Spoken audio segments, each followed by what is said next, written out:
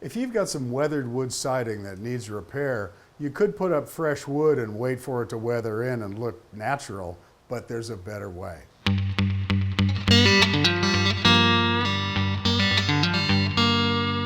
I'd like to attribute this tip, but it's anonymous. I heard somebody talking about this in a lumber yard on the West Coast 20 years ago. And the idea was to simply take some baking soda, mix it with water, and paint it on the kind of wood that you'd use outside, something with a lot of tannins in it, because that resists exterior conditions. So what we're going to do is we're simply going to mix up some baking soda.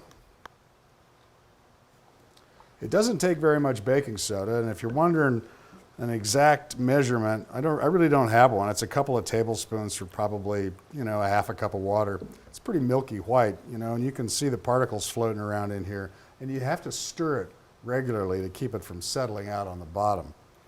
But once you get it dissolved, you simply start to paint it onto the project. Now the piece of wood that I've got here is a piece of redwood. It works especially well on redwood. It also works on red cedar. I've tried it on that. I've also tried it on oak. I even tried it on Douglas fir one time. It worked on that. Not so good on pine. All right, looks a little wet now. But fortunately, I've done a test piece of this, and it's been drying over in the corner, so I can show you what it looks like after it's been sitting for a couple of hours. This is a side. It's had about 3 applications on it. You can see where it's slightly discolored in here, slightly darker.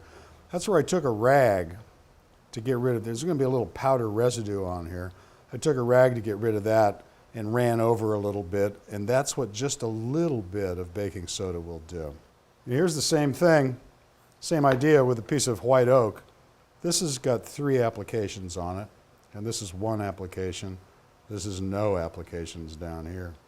Again, it's a wood that's high in tannins, and that's what's reacting with the baking soda. If you're wondering what this does on the outside, is that going to affect the wood? Pretty soon the natural aging of the weather is going to take over, and it will blend in. It really works amazing. I want to try this on furniture. It works really good on oak. Thanks, Anonymous.